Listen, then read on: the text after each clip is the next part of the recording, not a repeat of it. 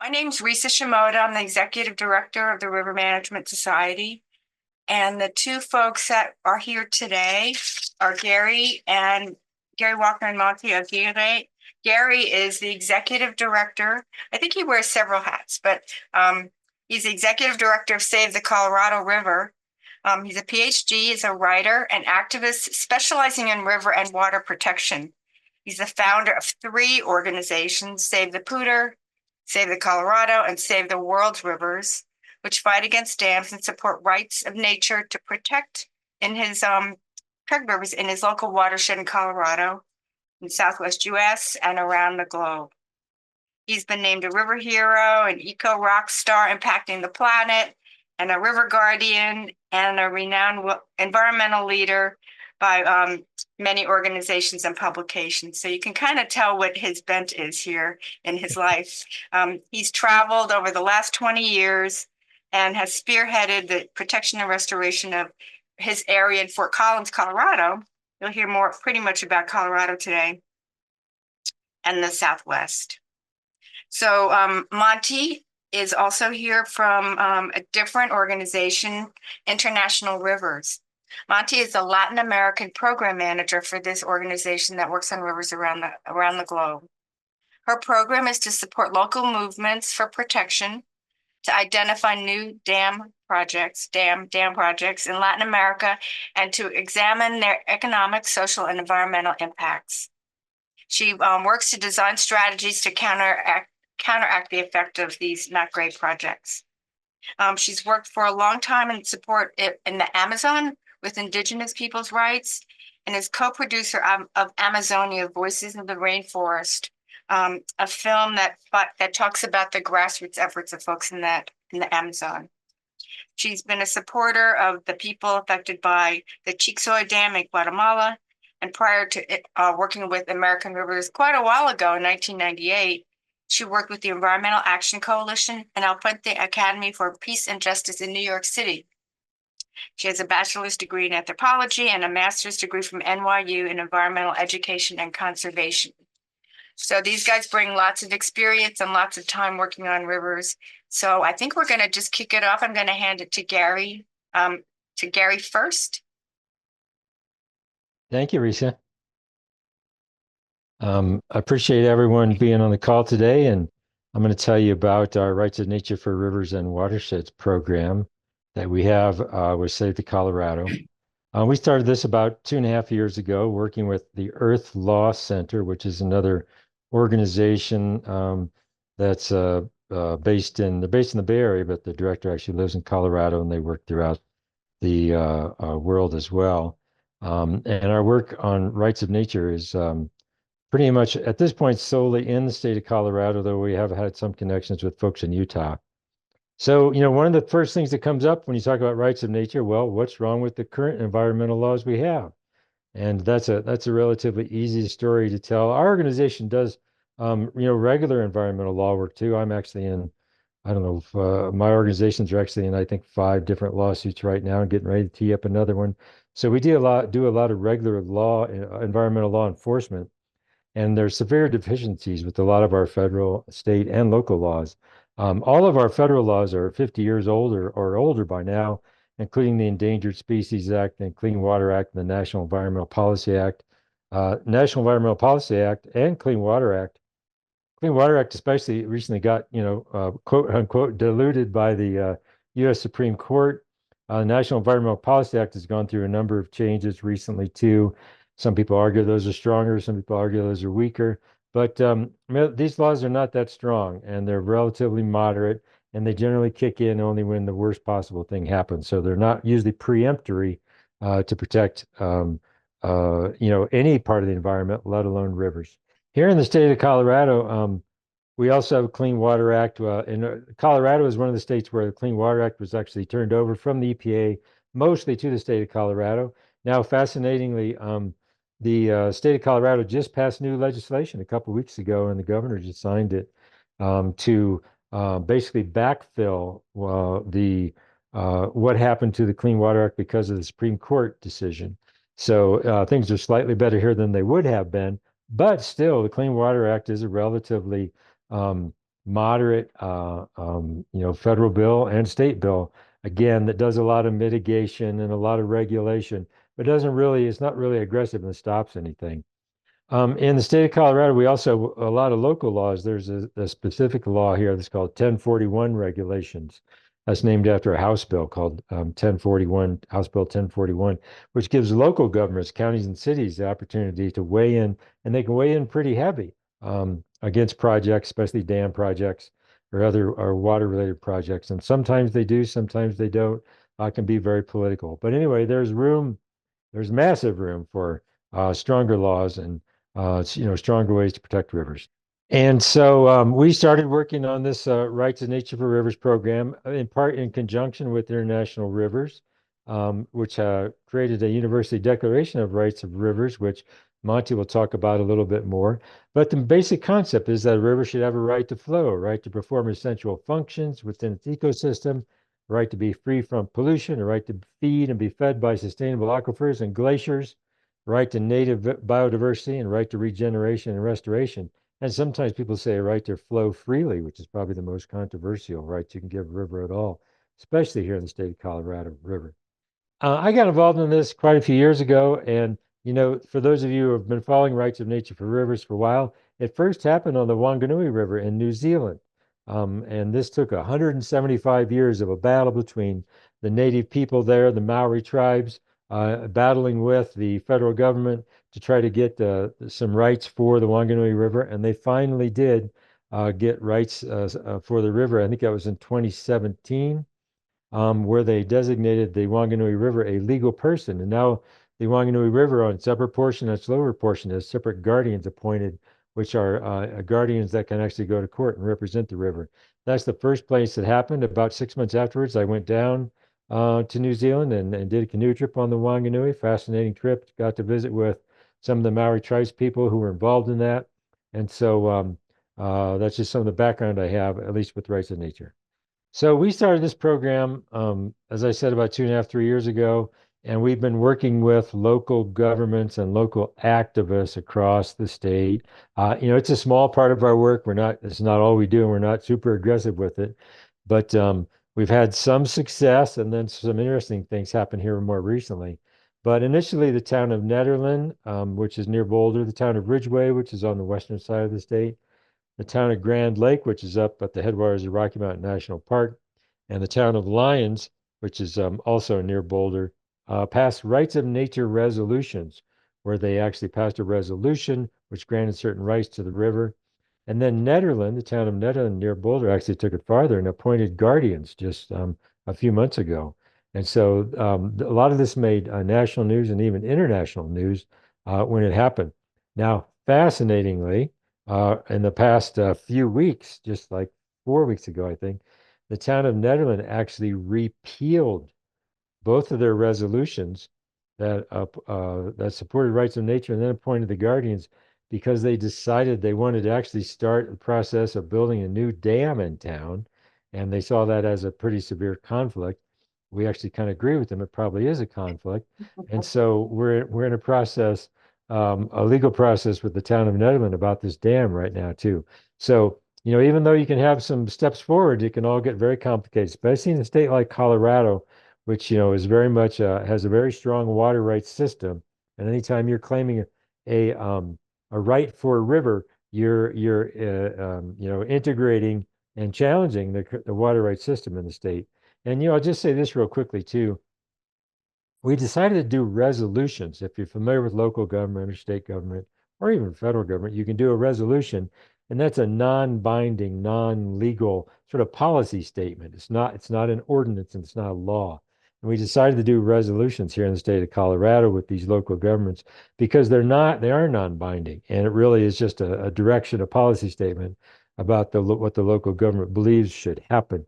No one can go to court and sue based on these resolutions, because if you did, then the state could probably say that they're preempting this local government to do that. Because in the state of Colorado, as in many Western states, the state actually has the only right to control rivers and dole out rights to water in the state of Colorado.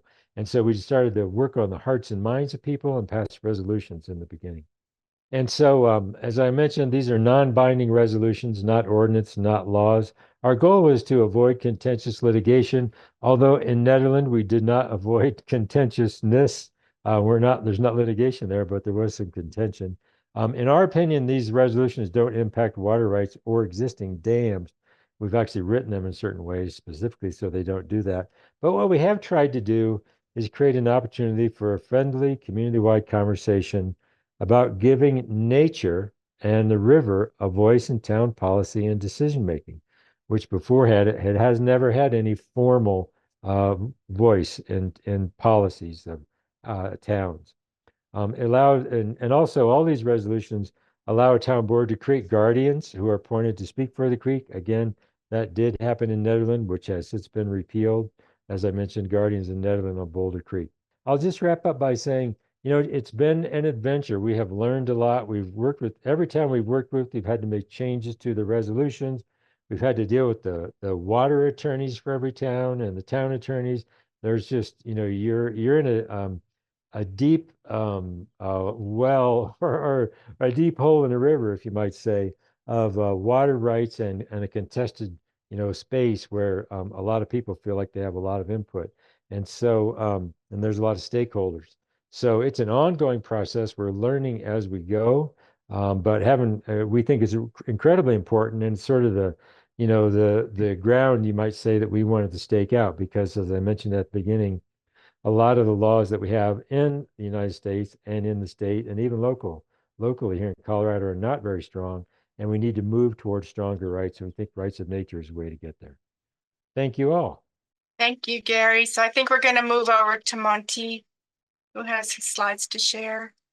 Yes, that's right. So from silence rivers, that's rivers that have been stopped by dams and channelization and so forth. That's what we've been seeing, to a moment now where rivers are having a voice and we're talking about the rights of rivers. So, I'm Monty Aguirre, by the way.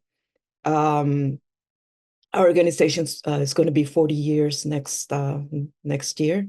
And this is the kind of stuff that we've been doing for 40 years, stopping damaging dams all over the world. Sometimes we succeed, but sometimes we lose. And these are the consequences.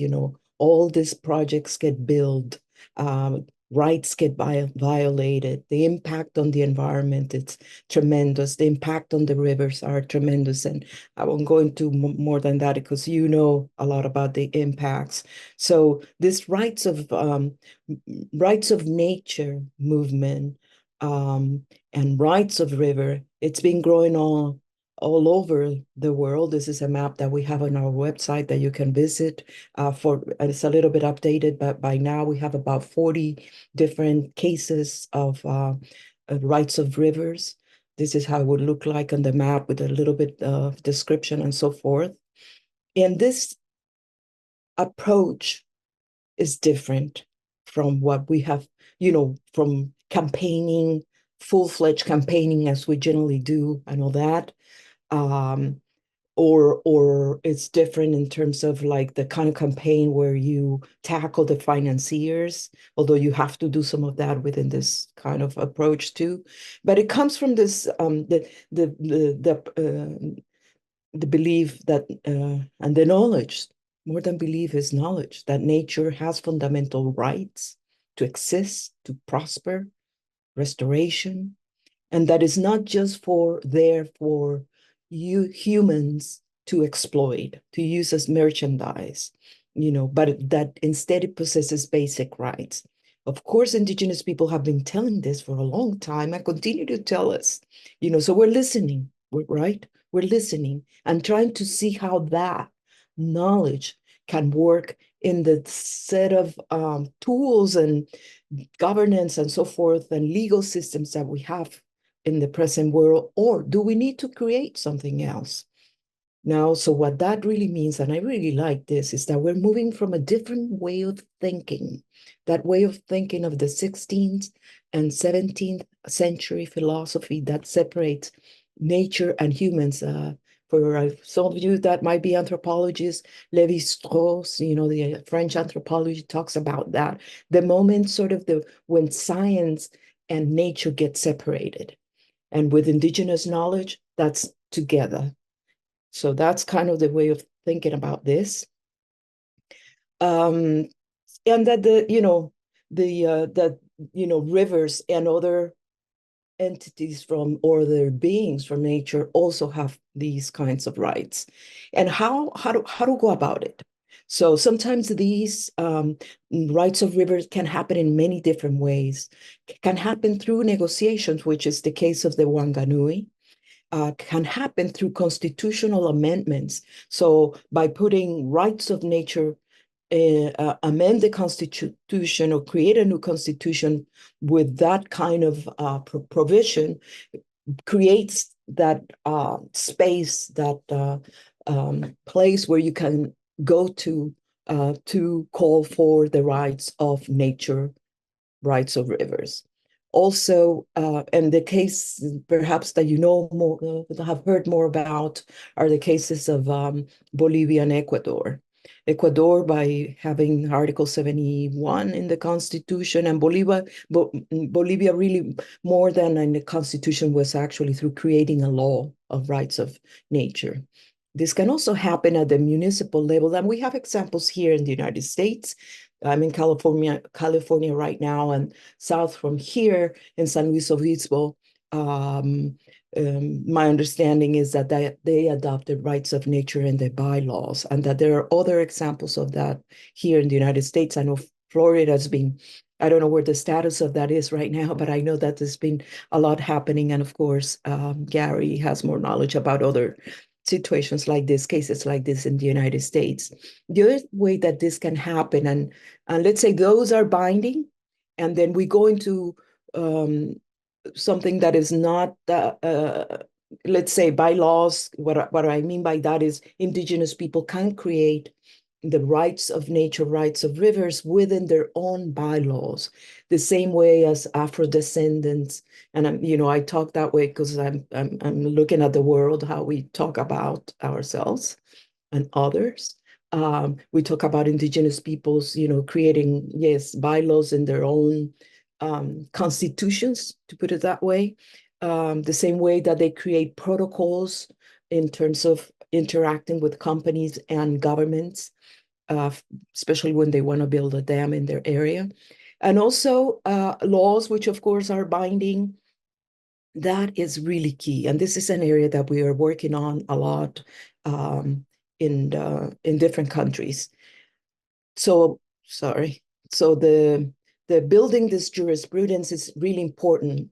The more cases that we create, even if we lose sometimes in the first court or tribunal or instance, as we say in Latin America, even if we lose, doesn't matter. We're creating that change of vision, of paradigm. And that's why it's important to go ahead and prepare these cases, introduce these cases.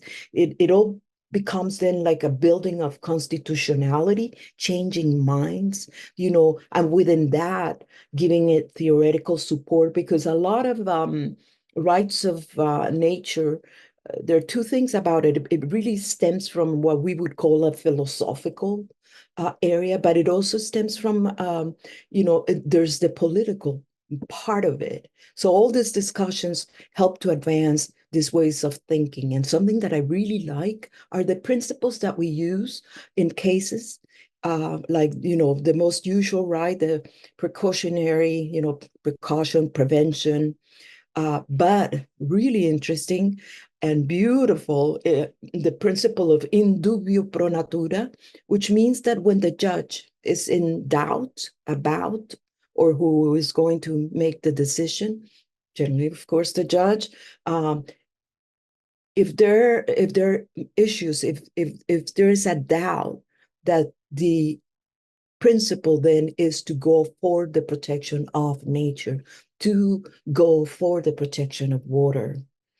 all this has generated a different kind of view, a vision.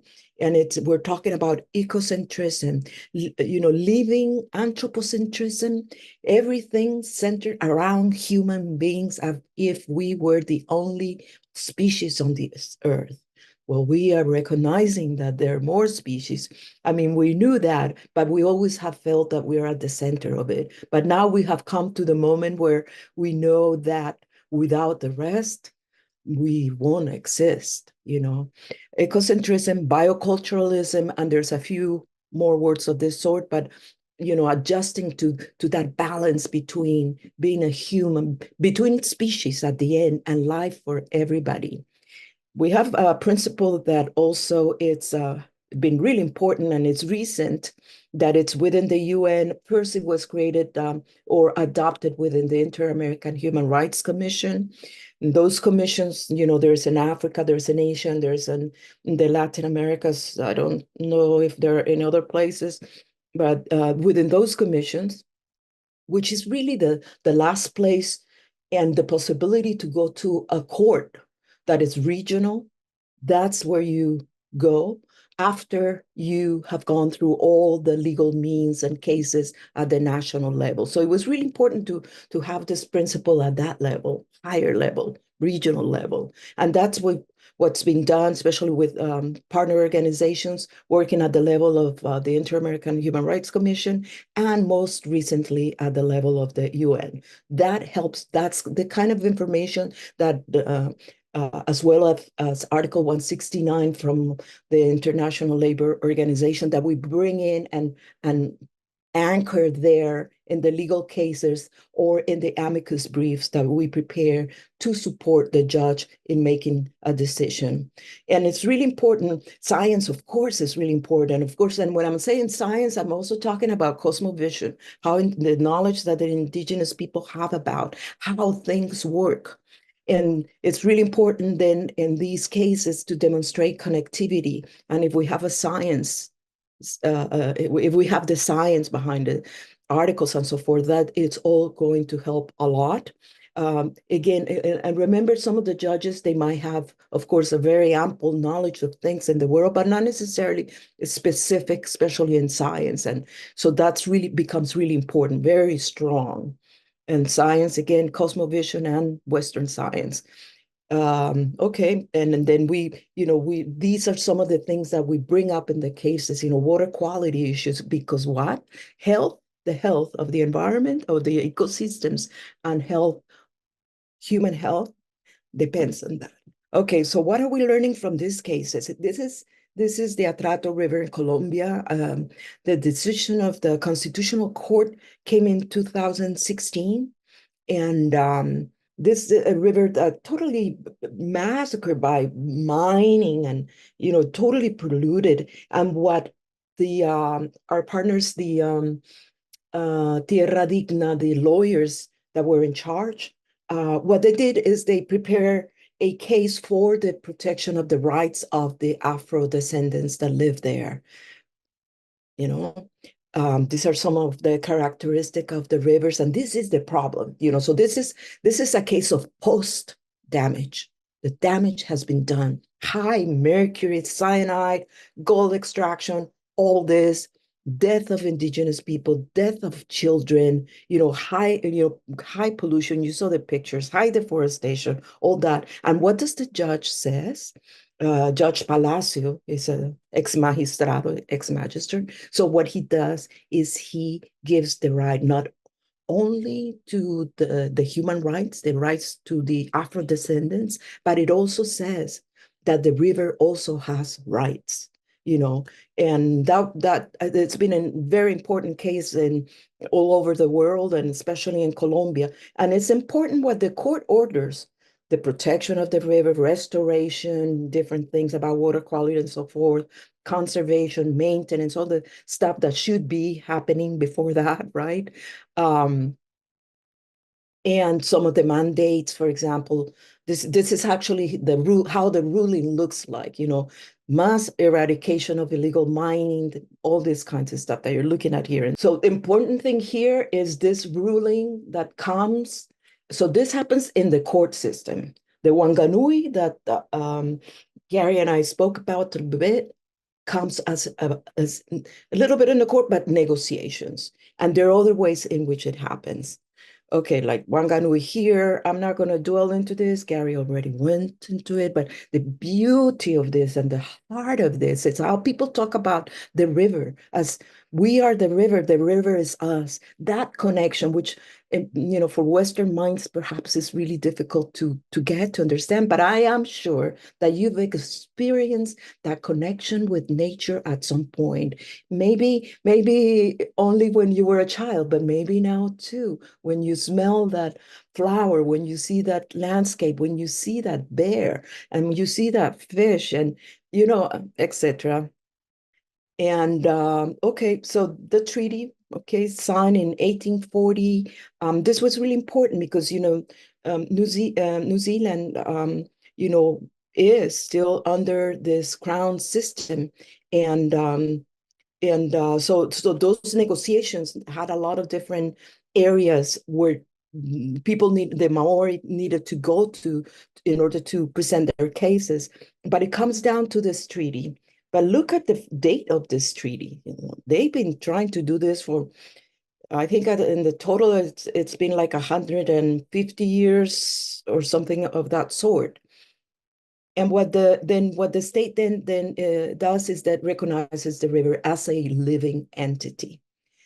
That has been really important, illuminating, and it is helping unravel this conundrum of this separation between science and nature. Okay, and it was adopted by a law, and one of the important things is that what was in the negotiations, what happens is this a figure of guardian of the rivers as the legal body becomes instituted, and it has representative not only of the indigenous people, which you would think, right? The plaintiffs, but also, well, this is not a court case, but by the people who are protecting the river, calling for protections, and also government bodies, which in the case of the Atrato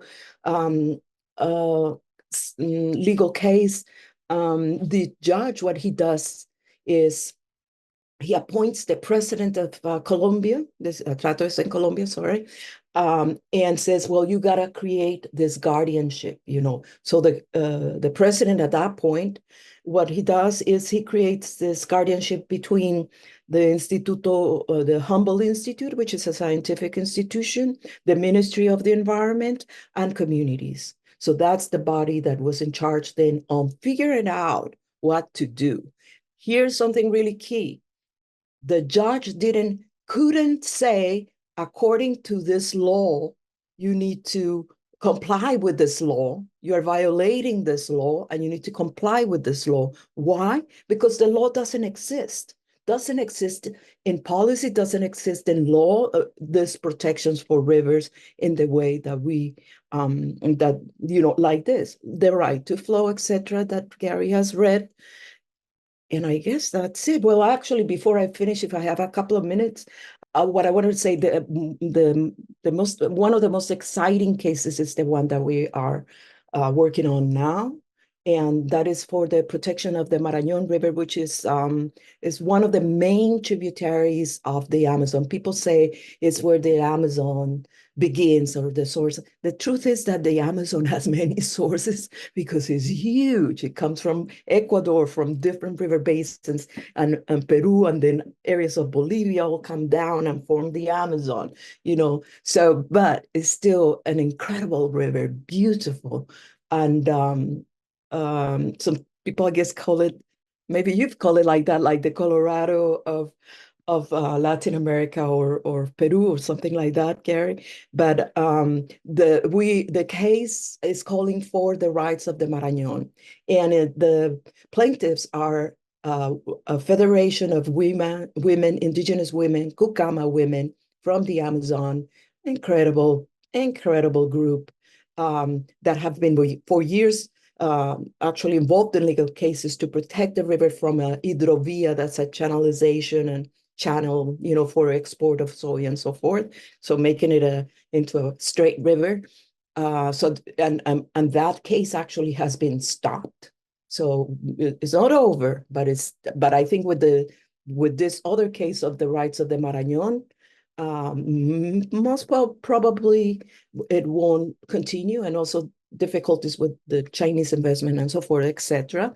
But the case of the Marañón, in terms of rights of the Marañón, we are right. We won in the first instancia. You're going to learn some Spanish with me. The first level, the first court tribunal. We had a hearing. We won. We went to the second, but it was appealed by the government and the oil company. The case there is principally about oil pollution, because it happens. There have been more than 20 oil spills in, I don't know in how many years, but at least in 20 years, less than 20 years perhaps, and they're happening more often because there is not adequate integral maintenance of the oleoduct. And that's what the case is about. I mean, something that has solutions, so we had the second hearing. We're waiting now for the ruling. We hope we win. But the other thing that has happened is that this case, when the first ruling came out, it's happening in Peru. It's like all of a sudden the discussion about rights of nature, rights of rivers, being subject of rights of these other beings besides humans. It's in the universities discussion. It's already television. I mean, it's been incredible. Newspapers at the national level, and of course, at the international level, some of that has happened. And maybe I should end over here. Thank you so much. Thank you so much. So for both of you guys, Monty mentioned the cohort in the Rio Trata, the groups that were assigned to work together to figure out how to represent the rights of rivers. In other places that know of, so what happens? So the rights are now assigned or they're acknowledged. So what happens? Is it that there's another voice when there's an issue that comes up, or does someone who, like a guardian who has the ability to represent the river, say, okay, I got 3 projects. I want to bring, how has that played out? It's probably different everywhere, but for folks who are, if you're new to this, how do you wrap your head around? So how does this play out when we're so used to having the town council and the safety department and the health department, that kind of thing. So just any examples might help us understand how it might roll out in Joe Blow, Arizona, right? Yeah, and I'll answer part of that. When the Right to Nature resolution originally passed in the town of Nederland, there was a threat of a mine expansion upstream of town. And the mine had actually started expanding, and it was polluting the creek that flows through town, and the pollution levels were greater than what the state allowed. And so we got a number of members in the watershed and worked with another legal firm to intervene in the process of how the mine expands, and ended up getting a cease and desist order issued by the state. And a lot of that, in part happened because of the newfound sort of interest in the town of like protecting the creek, and a bunch of people who supported rights of nature also like stood up to address the threat of this mine. So that's one example. In Grand Lake, it's been sort of interesting because there's a long story in Grand Lake of the pollution of Grand Lake. It is the biggest, but used to be it's the biggest natural lake in the state of Colorado. And it used to, you could look down and see 50 feet. Now it's sometimes 3 to 5 feet, just because there's so much pollution in it. And there's been a long process up there for decades of like trying to address this pollution threat. But it's helped sort of galvanize the community. At this point, I'd say nothing specific. And so how does it roll out? Well, that's a really good question. And it's the next question, because a lot of specifics haven't happened yet and haven't really started yet. But if anything, it increases the conversation around, well, what would the river do? What would the river say? The river has rights here. What are we supposed to be doing about that? How do you respond to this threat or that dam or this, or et cetera? And so I think it's increased the conversation, but you haven't seen in the work that I'm involved with a very specific, engagement or rollout where something's assigned and then something happens. Mhm. Yeah, thanks. Yes. Go ahead, Marty. Yeah, in the case of the Atrato, as I mentioned, the ruling says, and again, it's different in there's legal cases, there is bylaws, rights of rivers bylaws, and there are the other non-binding, let's say, but let's concentrate on what's binding.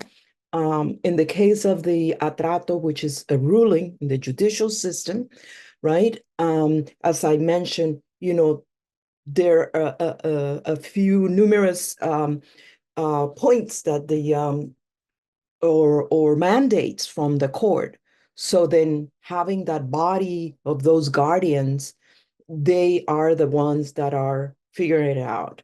And look, like, for example, no more concessions, mining concessions, stuff like that, aid for communities, address health issues.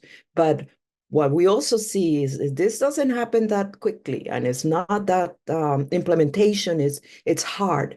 Not only is a new concept, even though we're dealing with impacts, and we should be able to deal with prevention, do prevention first, right? And then impacts when that occurs, and those are the kinds of things that we need to change, So in terms of impacts, yes, dealing with contamination, uh, but it's complex, as Gary said, it's not that easy. And also in this case, like I mentioned, the judge didn't have anything in the legislative that was helping him find, easier solutions.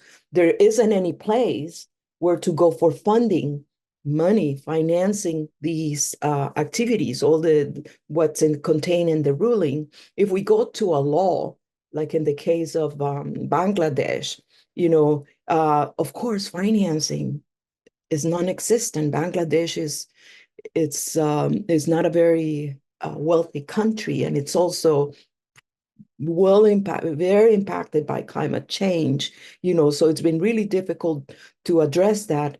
But it is my understanding, and we all have to check this, but in the Turak River, which is the river that really sparks this idea, this vision, there's at least as I read about a year ago, the some many hundreds of industries had been closed down for the processing of leather.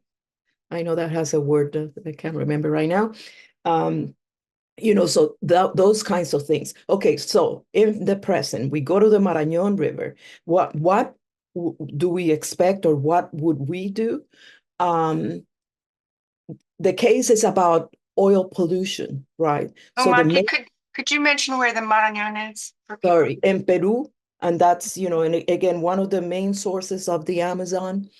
In the Marañón, so from the Andes towards Brazil, Yeah. down there towards the Atlantic. And then in the Marañón, since it's a case of oil pollution, let's say that we win. We will win. Let's say that we do. What will we do? Well, there will be provisions in the ruling, even if they're minimal, but we work on the rest, like meaning, what does that mean? That means, let's say that says the judge says, the judges, because there are three women judges, and they said something like, that the company has to improve, or whatever the right word is, to address pollution, maintenance, to address pollution of the river and cleaning up, right? And the truth is that we didn't include reparations, which we should have included in there. And so all those things need to be addressed, and so the state needs to address that. And so then communities will be vigilant over that. But nowadays, the way I'm thinking is that we need to actually accompany government in doing this, because many of the people in government, they don't know. They don't, so I feel like, especially with NGOs and the communities impacted and so forth, we can be a force to make happen this cleanup quicker. addressing the issues in a non-confrontational way. So this is a new epoch, new times in that sense, that we have to come up also with new ways of working with government to address or to comply with the rulings, but hopefully always in a non-confrontational way. And I think we can do that. We've done it in other situations. I think we can do that. And it's actually exciting. The whole country learns, the judges learn, the technicians, the engineers, everybody does. Yeah, I'll stop there. Well, if everyone begins to know that there's no one answer, because we're talking about something that's both aspirational, like at 30,000 feet, and also, tree hugging at 2 feet. When you're in the weeds and talking about specific issues on specific rivers. And really the answer, long-term answer, is somewhat developing the path in between somehow, it'll take a long time. Any other questions? Any questions besides what I had, or? I wanted to add something else, Yeah, or sure. reinforce something else. So besides, it's not enough to work on rights of rivers, rights of nature. Even though for me, this is a way that that really is paradigm change, or that's what we're working towards, right? A different way of thinking. But it's also important to strengthen the Constitution, and strengthen our policies, update our laws, bring in new laws. We're using systems, perhaps.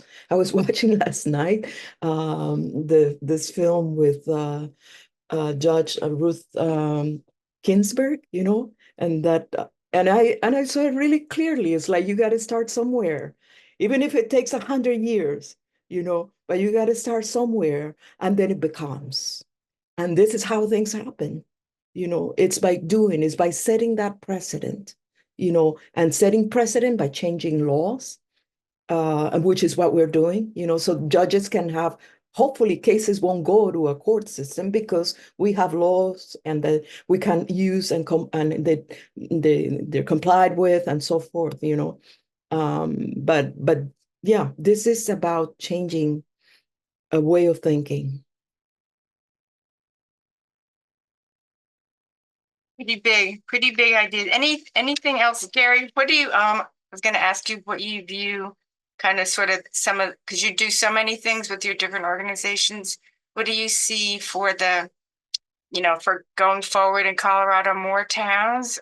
Do you think, with the kind of this a little bit of a setback in Netherlands, how do you see momentum or I Yeah, guess, well, yeah, the general concept that we were trying to get to 5 or 6 towns and then, create a little bit of I guess you might call it a statewide movement. I mean, the Netherlands is a little bit of setback, but not necessarily because, they changed course, their values changed course, and that's just the way it is. And there was an election, by the way, and the election um, came in more pro-growth and pro-development, and they want to try to build a new dam, and it's not a good fit for them. And that's fine. We're not disputing whether or not they should still have rights in nature. And we also don't want it to be there and just be watered down and be meaningless. And so yeah, we didn't necessarily oppose the repeal because there's no point in making it exist if it's meaningless. But the concept was, is to, try to get a number of towns and have a little bit of statewide presence. And then over time, work on state law, because state law is really the underpinning of it, because it doesn't allow a local community to claim that the river in a local community has a right to exist. Um, State law preempts local government right, on water rights, and it happens in Colorado. Some places, and sometimes many times a year, where rivers can be drained bone dry, flowing through a town, yeah, and there's nothing the town can do about that. And so, in Colorado, as in a lot of places around the United States and around the world, of course, communities are built around rivers, because rivers used to be, where the main transportation corridors and all sorts of things happen around rivers. So the idea that the river that should have a right to exist through your town, has a basic coherence to the public, I think. And so the idea was to try to, get that to move forward. I mean, I would say generally that the public agrees with us and the public is on our side, but you're dealing with like this really entrenched, deep, very powerful water rights system. And you Yeah. and you run into that everywhere. And so partly why we were trying to, speak to the hearts and minds is to create kind of a public upwelling, you might say, so that we could, slowly work towards changing state law. Well, thanks, Will. Good luck. You both have very special fortitudes to be able to do your work. So thank you very much